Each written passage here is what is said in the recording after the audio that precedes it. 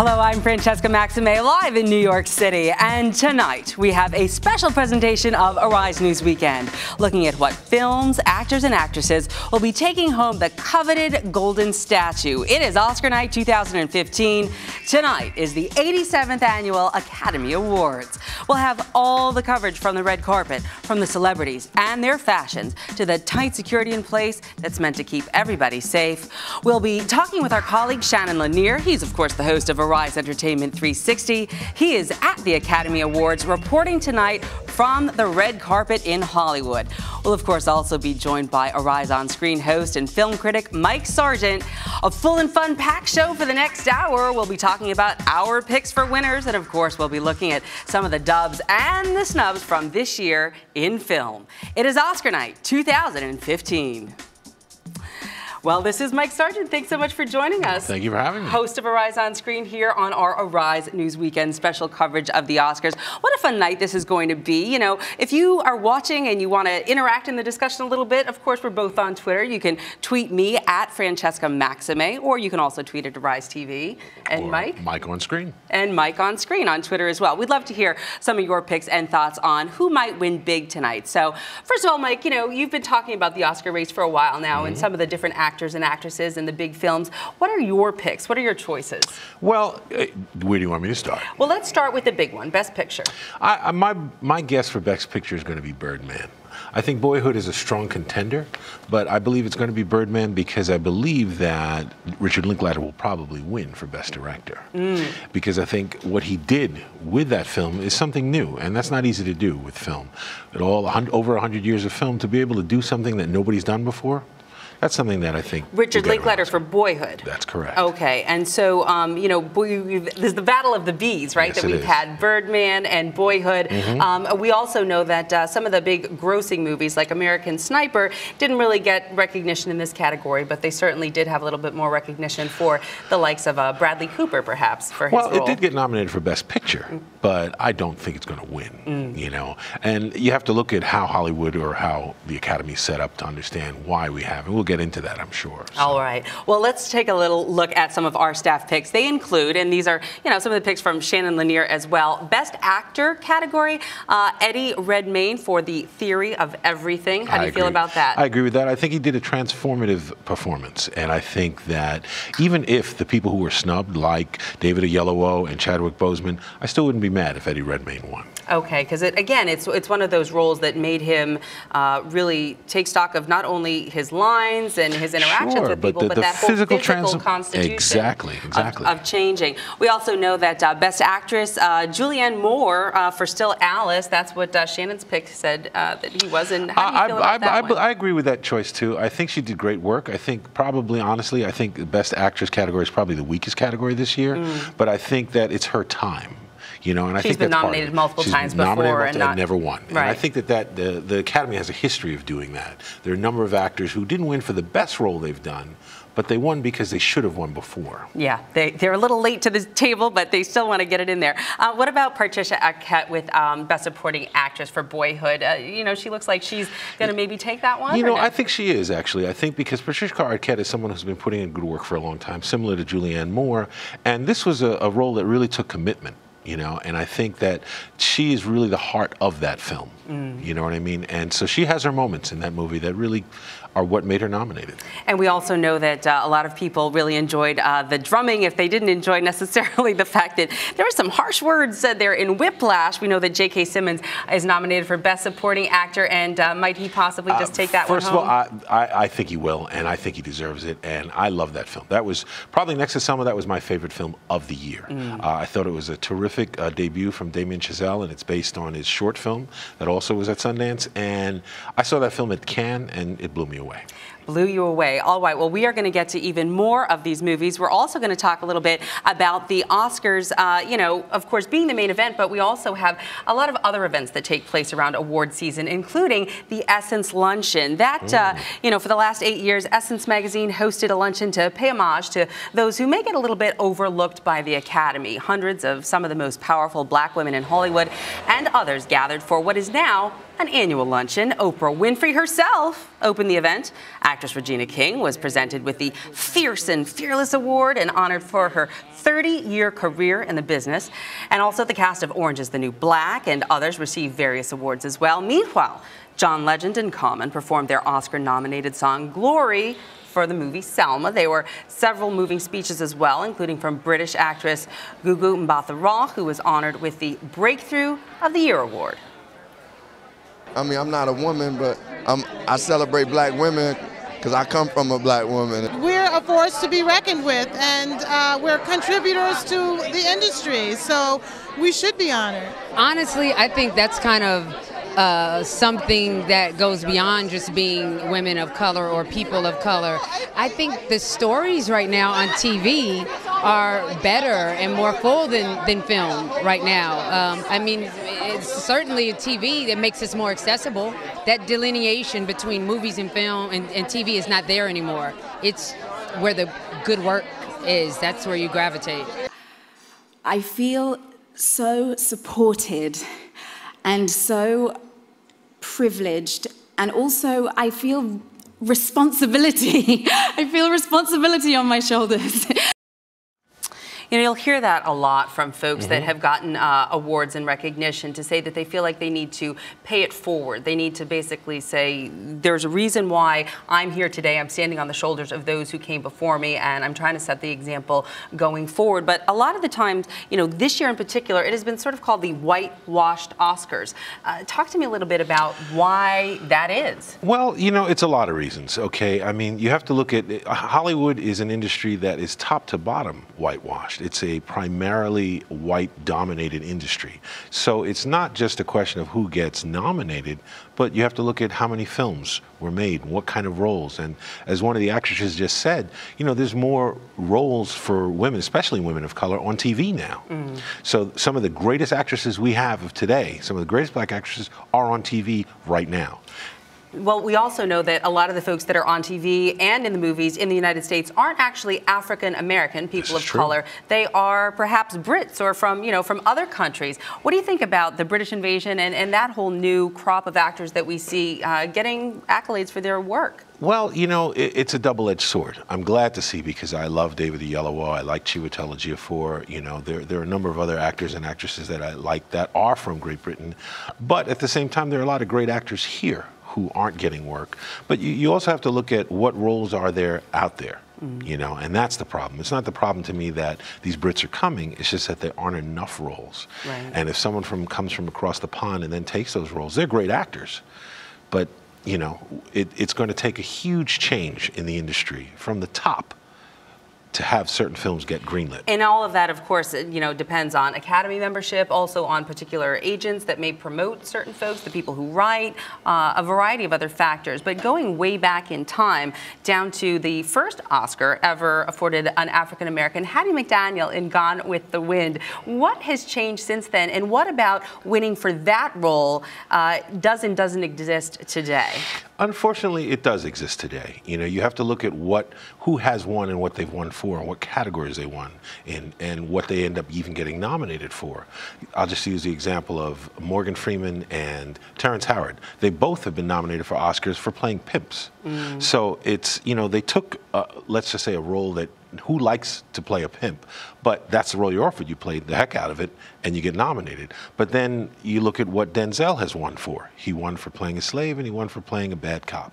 Now, he's great, but you kind of wish there were other roles. There were roles like playing a role like Martin Luther King that gets recognized. Because the Oscars, you have to remember, are being seen by more people on the planet than anything.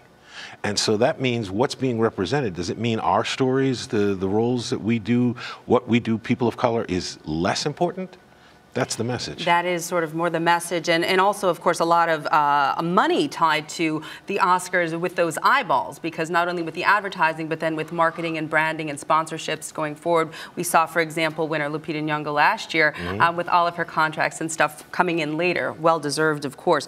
We also know that when we look at the musical contributions of, you know, the scores in the Oscars, taking Selma, for example, the song Glory with John Legend and Common, they're up for an Oscar. Does that add to the mix, or is that a way of skirting around and getting around, giving a bigger nomination? Well, that depends on how you look at it, okay? I mean, it was a great song, and they definitely should be nominated, especially when there were only a handful of songs, I think, that were worthy of Oscar nominations for films. But that's a category where black artists have actually won 5 times in the past. So, but there's only been 32 times that they've ever even been nominated out of 2,900 Oscars that have been given out, and that's a pretty low percentage. Pretty low percentage. Well, on that note, no pun intended or possibly pun intended, before we take our first break, let's take a quick look at the video for that Oscar-nominated song for the movie Selma, written and performed by Common and John Legend. Here's Glory. One day, when the glory comes, it will be ours, it will be ours. Oh, one day, when the war is won, we will be sure, we will be sure. Oh, glory, glory, glory. Oh, glory, glory. Hands to the heavens, no man, no weapon formed against, yes, glory is destined. Everyday women and men become legends. Sins that go against our skin become blessings. The movement is a rhythm to us. Freedom is like religion to us. Justice is juxtaposition in us. Justice for all just ain't specific enough. One son died, the spirit is revisiting us. True and living in us. Resistance is us. That's why Rosa sat on the bus. That's why we walk through Ferguson with our hands up. When it go down, we woman and man up. They say stay down, and we stand up. Shots, we on the ground, the camera panned up. King pointed to the mountaintop, and we ran up. One day, when the glory comes, it will be ours, it will be ours. Oh, one day, when the war is won. The best way to predict the future is to create it. There's a special breed of achievers out there that are called tomorrow's people, the highly creative ones who live in the future. They imagine what will be and strive to make it happen. They're bold. They refuse to wait for the future. Tomorrow bends and conforms to their ideas. At Access Bank, we share the same sentiments. We've been able to grow our bank to become a leading player in Nigeria with a strong presence across the continent, adopting best practice in everything we do. Our mantra for success is simple: speed, service, and security. Those who shape tomorrow strive for and demand perfection. At Access Bank, our service culture of speedy response and drive for excellence is the blueprint for creating customer experiences that will echo for generations. Come, let's work together and take tomorrow.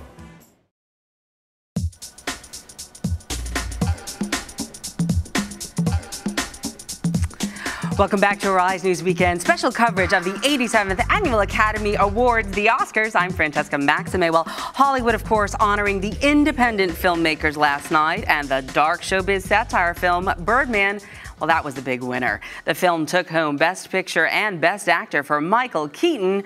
Julianne Moore won for Best Actress for Still Alice for her role as a professor who's suffering from early onset Alzheimer's disease. It was an amazing experience, actually. I'm working on this movie. The Alzheimer's community was so incredibly helpful and generous with their time and their information. It was pretty extensive, the research, because I hadn't had any personal experience with Alzheimer's. But I learned a lot, and the people who are living with this disease are amazing, amazing. It's a long process, you know. I mean, so we wanted to make a movie that was about living with something, not about, you know, dying from it. Well, it was the 30th year for the Spirit Awards. Actress Patricia Arquette and director Richard Linklater also won awards for their roles in Boyhood. And many of the Spirit nominees and winners are also up for Oscars tonight, as we have mentioned. So, while Hollywood does, of course, give a nod to its best tonight, last night, not so much. The Golden Raspberry Awards, known as the Razzies, were handed out. The Worst Picture went to Kirk Cameron's Saving Christmas. The Worst Actor also went to Cameron for the same film. Worst Actress went to Cameron Diaz for her turn in 2 films, The Other Woman and Sex Tape. Other Razzie winners include the Will and Jada Pinkett Smith and Jay-Z produced remake of Annie, and Michael Bay took the award for Worst Director for Transformers: Age of Extinction. Kelsey Grammer and Megan Fox also won for Worst Supporting Actor and Actress. And there is a little bit of redemption, though, for one well-known actor and director, Ben Affleck. He won the Redeemer Award. Affleck, who previously won a Razzie for his acting, was honored by the group now for his recent performances in Argo and Gone Girl. So I guess it's, you know, nice to have a second shot at being accepted by the Razzie folks. What do you think about the Razzies? Do you think they're just I think kind it's of a great. joke? I think they should do it. I think it should. There are certain films that should be really recognized for being bad. But like Showgirls was so bad, it was like an iconic bad movie. Yes, it was. You know, Yes, I don't know if any of those movies were so bad that you just were saying, you know, that's the end of that. Annie was pretty bad. Annie was pretty bad. Okay, well, let's move on to the other award shows that we know were also happening during award season. The DGA Awards, for example, the SAG Awards. Talk to me about some of the winners in those categories and whether they'll repeat tonight. Well, here's the thing to say about those awards. You know, the PGA and the DGA, you know, they're reflective. Producer Guild and Director Guild. Producers Guild and Directors Guild. They're reflective of the divisions of the Academy. The way the Academy is set up and how they vote is that each like the directors pick who the directors are to be nominated. The actors pick who the actors are to be nominated. Everybody votes, but it's those who pick the nominations. So you can kind of use those as a gauge as to what's going to be nominated and what's going to be getting a lot of play. All right, well, we're going to have to see how that all plays out tonight. But we do have our very own Shannon Lanier, who is live in Hollywood right now, and he is on the red carpet. There you are, Shannon. Look at you, looking all dapper. Hi. Why, thank you. I'm trying to do something for you, Francesca. So talk to me a little bit about what you see around. Stars are starting to arrive. Have you seen anybody famous? Yes, it's so exciting. Actually, Neil Patrick Harris just walked behind us just a moment ago with his husband wearing a gray tuxedo, looking mighty dapper himself. Patricia Arquette's hitting the red carpet.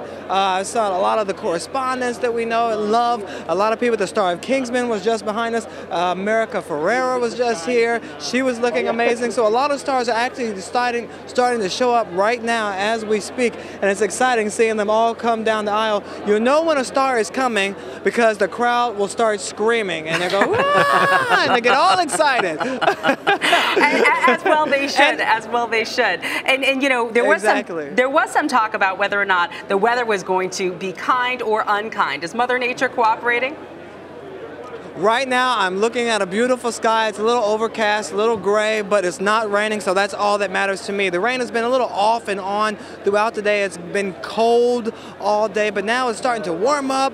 The sun is out just a little bit. That's enough. There's enough glitz and glamour on this red carpet that we don't need the sun because these stars are shining bright. Absolutely, and you, of course, among them, of course.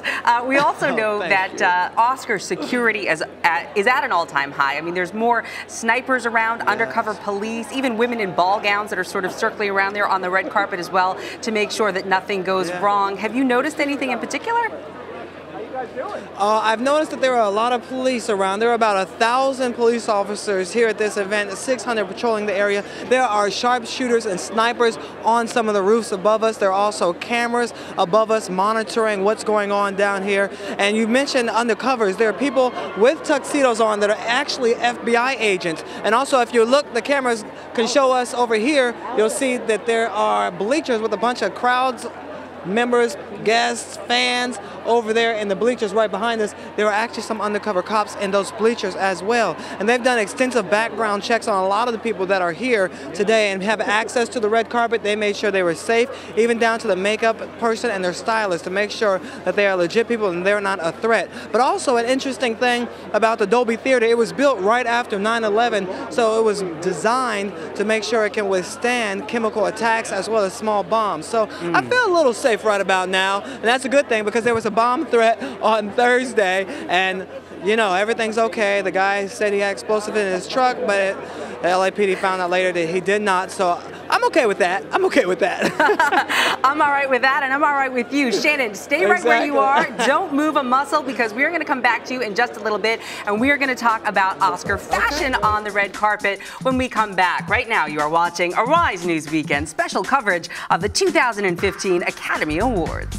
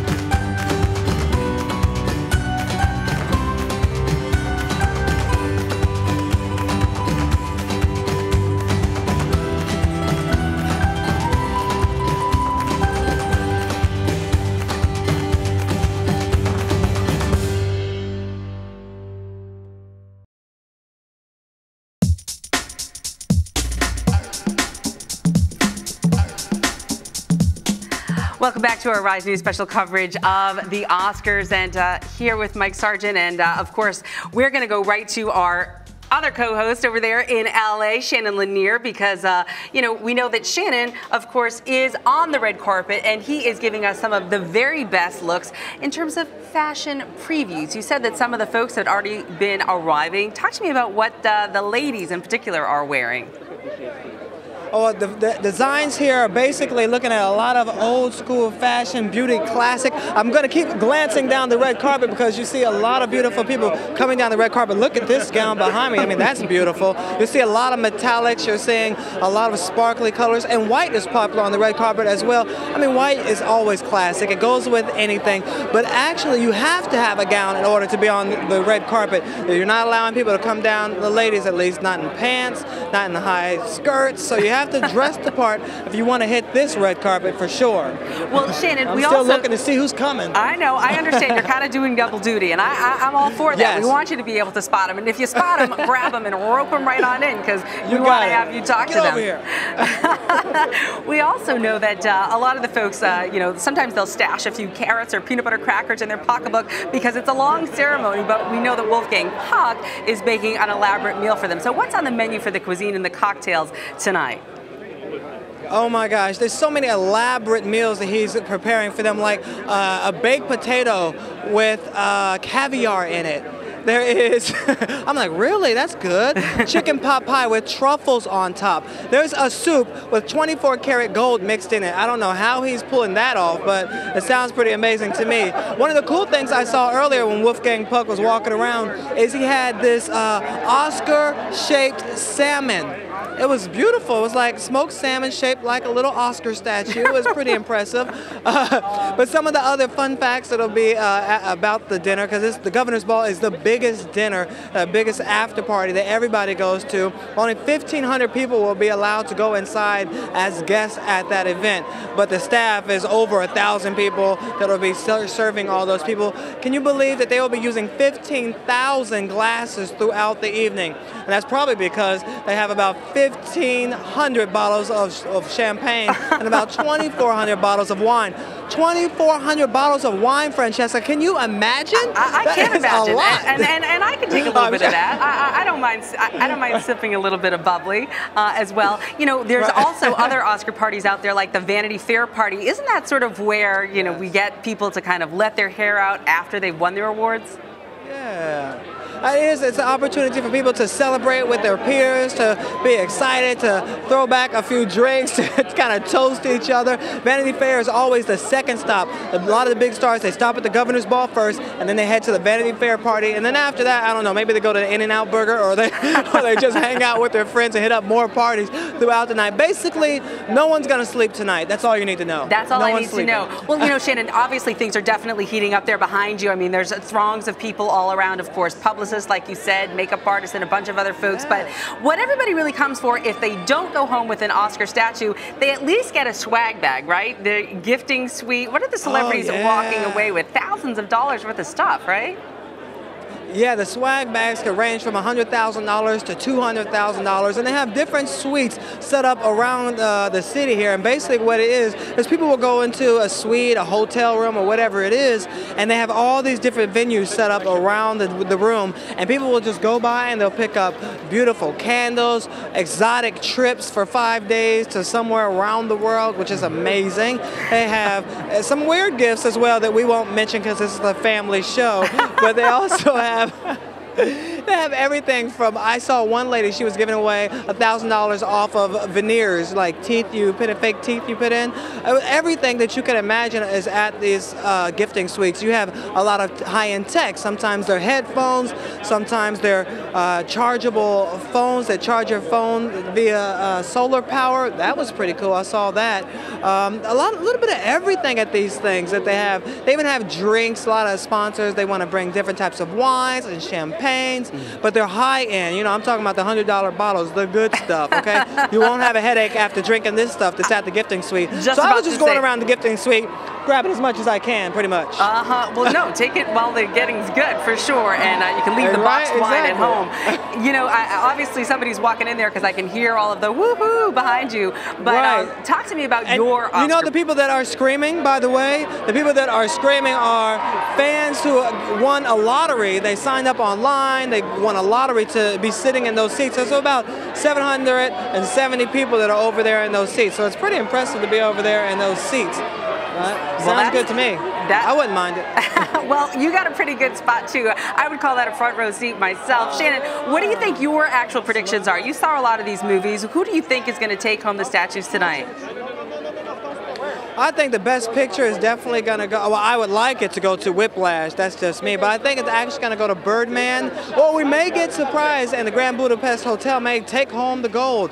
It's hard to say with the top three also including Boyhood, because they've been going back and forth for the experts and social media on who's going to take the main prize. But I know one of the I think I'm totally 100% right about is the best actor, and I think the best actor is going to be Eddie Redmayne because his portrayal and the theory of everything was just brilliant, and I loved it. Patricia Arquette is also a big one up for Best Actress, and a lot of people are saying she's going to take it, and she's going to just go home with Best Supporting Actress, excuse me, she's going to take it and go home with the gold. Julianne Moore for Best Actress is one that everyone keeps saying she's going to take it home. People that are experts, as well as people on social media, they all agree that Julianne Moore is going to take the cake on that one. Best Supporting Actor, that's up for grabs. So a lot of people are debating who that's going to be. You ask me, I think it's going to go to J.K. Simmons because he was in Whiplash. It was amazing. He was such a bad villain that you just love to hate him. And you're also afraid of him at the same time. I think I jumped a few times when I was watching that movie. He scared me. So I was like, whoa, okay, he deserves it. There you go. All right, Shannon, well, I am scared of you. Doing a great job for us over there in Hollywood. Keep all of the eyes on the red carpet there, spotting the stars. And like you said, if you find somebody good, bring them to us. I got an idea. Thanks, Shannon. We'll see you soon. And you're watching Arise News Weekend special coverage of the 2015 Academy Awards. We'll be right back.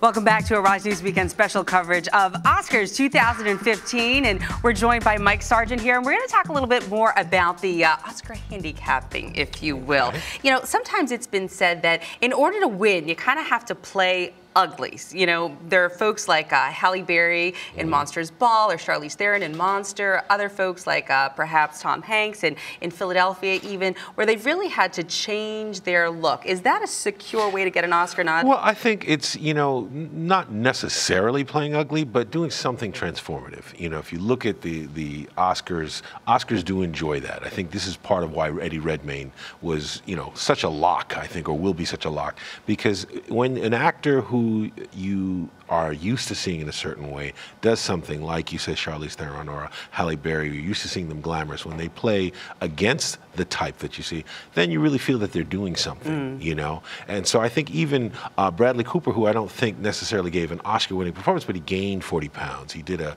Southern accent. He had a full beard. He's not looking as hunky as he normally does. So I think that those are the things that actors, like Will Smith and Ali, for example. Will Smith and Ali. I think because actors help pick and nominate the actors, actors respect other actors who are taking risks. Right. And so when you take a risk like that, when you give a brave performance where you're not afraid to be ugly, I think that is what they will award you for. You know, I have to say that, you know, been watching the Oscars for years and years and years, and there was a little bit of a ho-hum feeling about this year's Oscar slate of movies in some respects, in that there wasn't sort of a Steven Spielberg and a Coppola, a Scorsese film, you know, sort of in the mix. Where are we with American cinema right now? Well, you know, I think you're absolutely right, and I think that it's very telling that while there are 10 slots for Best Picture, there are only 8. And they could only pick 8 films that were worthy of that attention. I think right now, unfortunately, you know, American films have gotten into this rut of remakes and redos and reboots and sequels, and that's what comes out, and those make money. And now, of course, comic book movies. Comic book movies are not really, other than technical categories, they haven't really kind of come to age where you can get any actor to be in them, but they're not going to get Well, we nominated. saw Transformers, for example, on the Razzie list, right? Yes. So, you know, that one didn't exactly do well. But a lot of that, doesn't that have to do with future money-making potential and foreign distribution rights and franchises and things that have less to do with cinema so much as they do with sort of marketing? It has, well, it's called show business. So, of course, money's got to be made.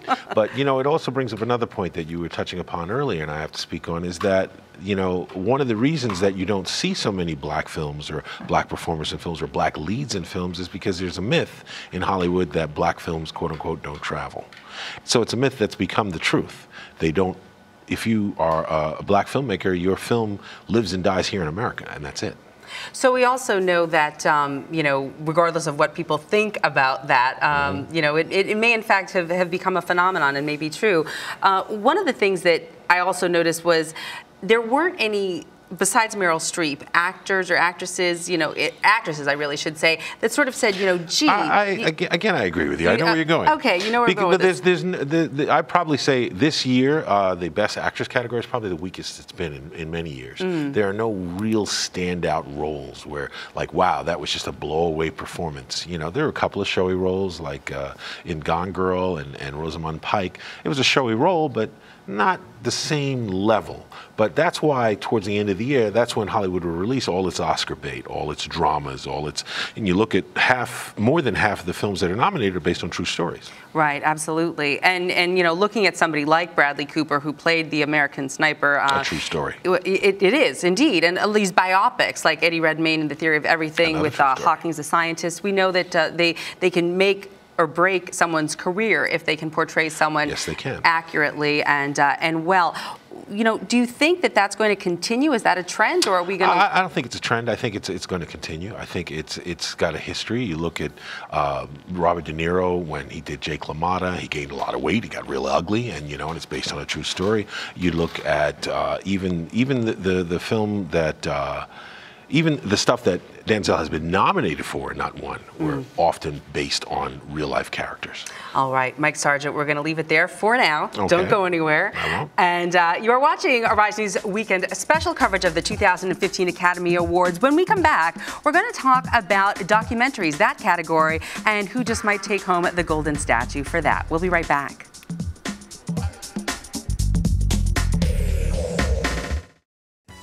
The best way to predict the future is to create it. There's a special breed of achievers out there that are called tomorrow's people, the highly creative ones who live in the future. They imagine what will be and strive to make it happen. They're bold, They refuse to wait for the future. Tomorrow bends and conforms to their ideas. At Access Bank, we share the same sentiments. We've been able to grow our bank to become a leading player in Nigeria with a strong presence across the continent, adopting best practice in everything we do. Our mantra for success is simple: speed, service, and security. Those who shape tomorrow strive for and demand perfection. At Access Bank, our service culture of speedy response and drive for excellence is the blueprint for creating customer experiences that will echo for generations. Come, let's work together and take tomorrow.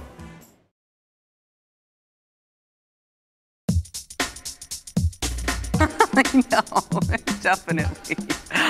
Oh, well, we are having a great time here in New York City. Of course, welcome back to Arise News Weekend special coverage of Oscar 2015, the 87th Annual Academy Awards. Here with Mike Sargent, co-hosting with us today, the host, I should say, of Arise on Screen. So we started to talk a little bit about documentaries when we were off camera, and earlier this year I had a chance to actually interview one of the directors of a documentary, Virunga, which we'll talk about more a little bit later. But you actually said that you didn't think that movie would take home the statue, but another one might. I think Citizen Four. I think that's the film that I think has gotten the most buzz and has had the most interest from the Academy, and it's really had legs because it came out much earlier in the year, and it's really maintained, and people have kept talking about it, and it's won other awards, so that would be my pick. Citizen Four, talking about Edward Snowden and really sort of getting into in what many say is a more news story. It is. Well, a good documentary is something that will kind of, even if you're not interested in the topic, you'll find it fascinating. Pull you in. It'll pull you in, and that's a great. But I'd like to hear more about you interviewing the director, because that was a great documentary. With the Virunga, talking to him and also talking to the person who, this is Virunga's national park in Africa. Of course, they're trying to preserve it. It is being threatened in many ways, yes, and one of the folks who came in addition to the director, was one of the gorilla caretakers, and really, sort of touched my heart when he talked about how much he felt connected to these animals, and I think it's that kind of passion and human connection that really draws people in, because when you're talking about something like a documentary, I think in movies and film and even television in general, you always want to connect with folks at an emotional level. True. Well, documentaries, I think it's probably, in my opinion, the highest form, because a documentary reminds us just the power of cinema. How you can have a transformative experience watching a documentary, learning about something you never knew. It could change the direction of your life if you're a young person. Certainly. All right. Well, we are going to now take a look at that interview for Virunga. In November, filmmakers for that documentary, they came here to share their story about that movie. Here's my interview with them. Well, Virunga National Park in eastern Congo is one of the most biodiverse places in the world. And a new documentary called Virunga follows a team of park rangers protecting Africa's mountain gorillas from poachers, industry, and war. To add more complication, oil has been discovered underneath the park's lake.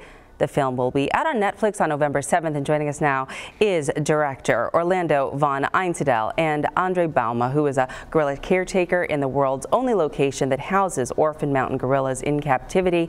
Thank you both for joining us, as well as Charlotte Balibar. She is our interpreter for Andre today.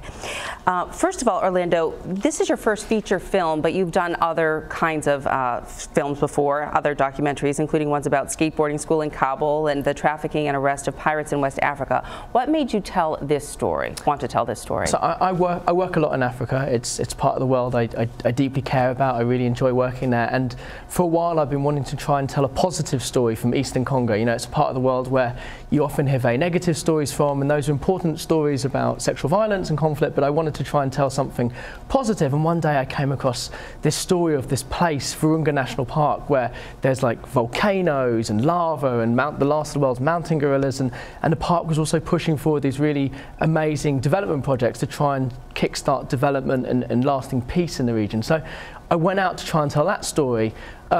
I'd only been on the ground about 3 weeks when this new civil war started, and I learned about the park's very serious concerns about illegal oil exploration by a British oil company called SOCO International. So almost overnight, the story took a U-turn, and I realised I was documenting a David and Goliath battle, and combining kind of investigative journalism, nature documentary, and observational techniques all into one film. Into one film, again, a very compelling one at that. And Andre, obviously you are the caretaker of these mountain gorillas. To see them with you, you call them your family, your children. They in fact are your children to you. What made you want to take care of them and continue your work today? C'est vous, André, qui vous occupez des animaux, ces animaux que vous appelez même votre famille. Qu'est-ce qui a fait que vous avez voulu commencer à vous occuper de ces animaux? Ah, ok, c'est une très bonne question. Moi, It's a very good question. Ouais, si je suis tellement occupé de ces gorilles, c'est parce que je trouve que vraiment c'est une espèce très magnifique. If I take care of these gorillas, it's because I think it's a very magnificent species of animals.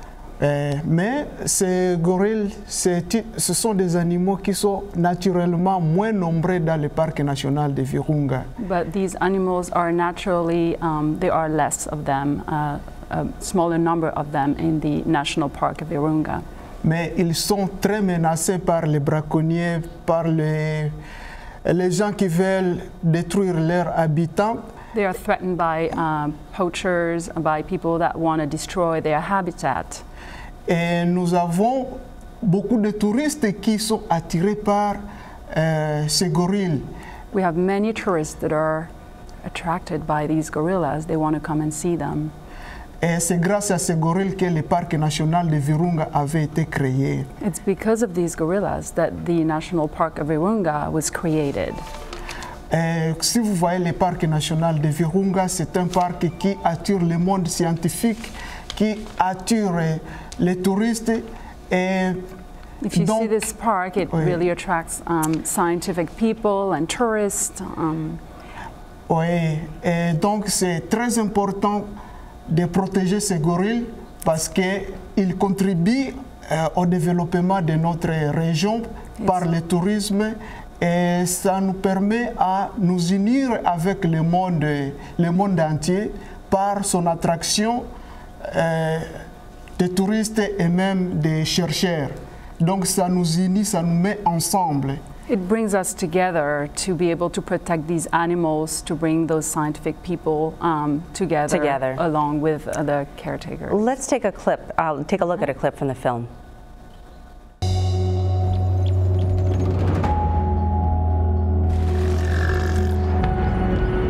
Le parc national de Virunga, c'est la vie de la communauté. C'est dans cette entité-là où vous pouvez encore trouver les gorilles des montagnes. C'est ça ma vie. Ils ont l'amour. To me, you know, the film is really about exploitation, and you mentioned that earlier, Orlando. This area continued to be a place where people want to go for minerals, for oil, and poaching as well. What can people do if they want to try and help and prevent this from happening? Well, I think the first thing I should say is this is an issue that really all of us should care about, like everyone around the world, because protecting Virunga National Park isn't just about protecting the last of the world's mountain gorillas or protecting a part of Eastern Congo that really can kickstart development and with that long-lasting peace. Virunga is a World Heritage Site and only a tiny percentage of our planet are protected by these very special areas. So if somewhere as iconic as Africa's oldest national park, a UNESCO World Heritage Site, if somewhere as iconic as that falls in the face of business interests, in this case by a British oil company, it says what is left on our planet that's safe from human greed. And what we want everyone to do is to watch this film, learn about the issues it's about, and they can do that on the 7th of November on Netflix. It goes out worldwide to 50 million homes in 50 countries. And also Virunga the movie if you'd like to learn more. Orlando, Andre, and Charlotte, thank you all for joining us here on Arise News Weekend. We appreciate your time. Thank you. It was so great having them in our studios here in New York. And, you know, Mike, what is the process that somebody would use to get a documentary onto an Oscar ballot? I mean, do they have to go through a festival circuit, or what do they do? Well, you know, traditionally what happens is a documentary will have to do the festival circuit because the idea is you want to garnish as much traction, as much good word of mouth, maybe win some awards so you can be an award-winning documentary to come out. And at the film festival, certain film festivals are just festivals. Certain film festivals are actually a film market, like Sundance, where a lot of films are actually bought there as well. So if you're smart, you're going to position yourself to do some of the smaller festivals and then work your way up to the big festival, or you can do it the other way around. You can save everything to try and get into something like Sundance or Tribeca and premiere there, hopefully make some noise, and then all the other festivals will want you. But by then, you've got to do this all before December. Right, it's a lot of work. And get a release date and get in the theaters or get some sort of distribution. Right now, the best thing for documentaries is that we have VOD and day and date and on demand and all the other ways for you to get to see a film. New channels that weren't available, Correct. you know, 20, 30 years ago. Talk to me too about the actual awards voting process, because the decision was made on Tuesday. It's Sunday. Everybody has, you know, we're sort of waiting to hear what's going to happen, but it's already been decided. Well, what happens is they vote. I think it's by midnight on a Tuesday, and then it's tabulated by Price Waterhouse, and there are two people who are in charge. There are only two people on the planet know. Nobody else knows until the envelopes are open. But what's interesting is when Oscar first started, they didn't do that. It wasn't like that kind of thing. The word would go out, you might see it televised. And the first year that they did this, they released it to the press so that the press could make their dailies the next morning and have it on the paper. But the Los Angeles Times, this was in 1940, released it. Okay, that As is often the case if you give a reporter information ahead of time. And then Oscar after that, ever since 1941, it's always been a sealed envelope. Got it. They want to keep it under wraps. All right, how about some fun facts for you? You know, you're pretty smart with movies. So who are the two sisters who won for Leading Actress Awards? You know that one? Joan Fontaine and Olivia de Havilland. Look at you. All right, and when was that? In the 40s somewhere? In the 40s? 1942. All right, that's good. Here's another one. Who is the first Asian to be named Best Director? Well, that's easy because it's Ang Lee and he's the only one. And for which movies? Oh, you're going to get me now in the film. It was for the one with the tiger and the guy in the boat. I can't remember. Life of Pi. Life of Pi, there it is. And what else? What else was he nominated for? Brokeback Mountain. Oh, Brokeback Mountain. Yes, he was. Yes, he was. That's correct. All right, last one here for now. You know, it's sort of a trick question. When did the actual red carpet, that thing behind Shannon, when did that make its debut? Now, that I don't know, so you're going to have to tell me on that one. All right, well, it dates back centuries, but the Hollywood red carpet actually dates back to 1922. First used at a film premiere, but it didn't appear at the Oscars until 1961. And of course, they spend a lot of time tacking it down. It's made of special materials, or all those, you know, fancy Louboutins. And it's 2 football fields long. It's incredible. It's because people want all of that space, and now there's so many people because everybody has an entourage. Press from all over the world too. Exactly. Well, the red carpet, of course, does take up to 2 days to install. It's up to 17,000 square feet, as Mike said, in size. The carpet is sealed so it can take wear and tear of all those high heels, like I mentioned. It also provides protection in case of rain. There's actually a bit of a concern that it was going to rain today, so a protective tent, was put up over the red carpet. You know, we're in the final touches mode. I mean, everything's done. Most of the big work is done now. We are just doing final touches. We're making it pretty, as we like to say, and we're just preparing for the rain. So there's a lot of work to do, but the big stuff's done. So, you know, the red carpet didn't actually show up until 1961. It was before the awards were broadcast in color. Those at home didn't get to see the red carpet on their screens in all of its glory until 1966. Of course, crews have been working for the past week to prepare the Dolby Theater for the awards. 30 people alone working on preparing that red carpet. And of course, other decorations include tons of Oscar statuettes, flowers, special banners, and LED screens. The Dolby Theater seats 3,400 people. And if you want to get inside, your best bet is, of course, to get nominated, but that's a little tough for everybody. Studios still have to pay for tickets, though, with the most expensive seats costing around $750 a pop. Unless you are lucky and get one of those lotteries that Shannon was talking about for the bleachers. All right, you are watching Arise News Weekend special coverage of the 2015 Academy Awards. We'll be right back with more.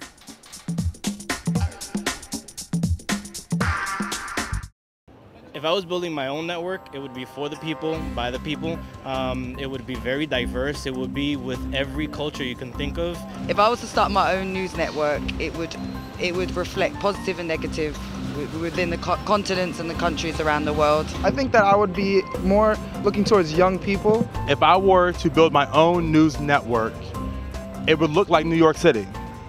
Old, young, fresh, hip, classic. If I was to build my own news network, I would just have people from all over who are very connected and diverse. If I was to build my own news network, my own world network, I would love a correspondent in every country, every location, every city. I mean, it's kind of unrealistic, but how cool would it be to get local stories from the impoverished country, the impoverished city that we don't know about? Arise News, every culture, every angle.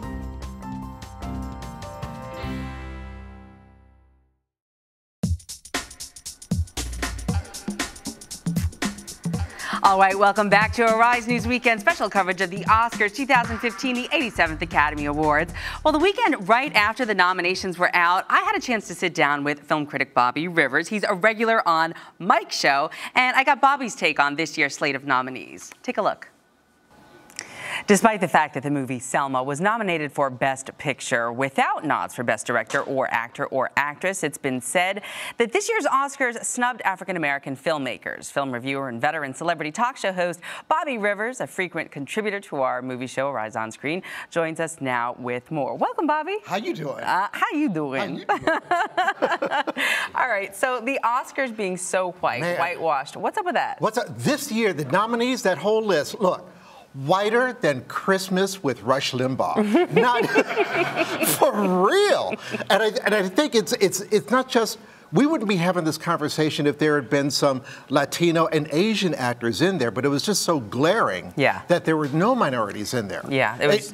And especially because of the reviews that Ava DuVernay got for Selma. Ava and David Oyelowo as Martin Luther King, they got the kind of reviews that Steven Spielberg and Tom Hanks got for Saving Private Ryan. So you just assume where all of these nationally renowned critics loved it, they were going to Hollywood Prom Night, AKA the Academy Awards.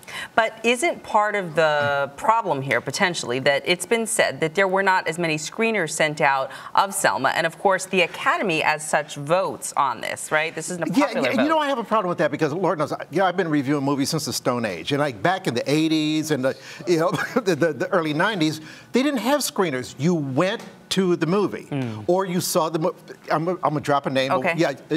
One time, Lucille Ball invited me to her house, and we were talking, and she liked the movie Working Girl. And I said, did you see it at the premiere? She went, I saw it in flight. She said, a lot of actors see a movie in flight, and that saves them some money. Sure. So the whole thing with the screeners, I think, they're kind of getting around the problem.